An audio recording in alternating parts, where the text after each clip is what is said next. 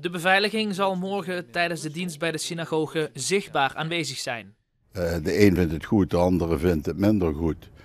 Maar gelukkig bepalen wij het zelf niet, maar we vinden het wel fijn dat we beveiligd worden. De verscherpte maatregelen in Maastricht komen na de uitspraak van minister Opstelten van Veiligheid en Justitie eerder vandaag. Laat ik zeggen, het dreigingsniveau is substantieel. En dat betekent dat een aanslag ook in Nederland kan plaatsvinden.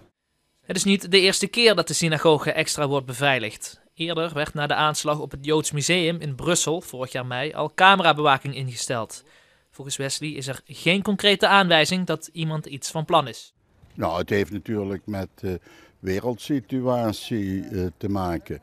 Maar het is ook ter geruststelling van onze kerk.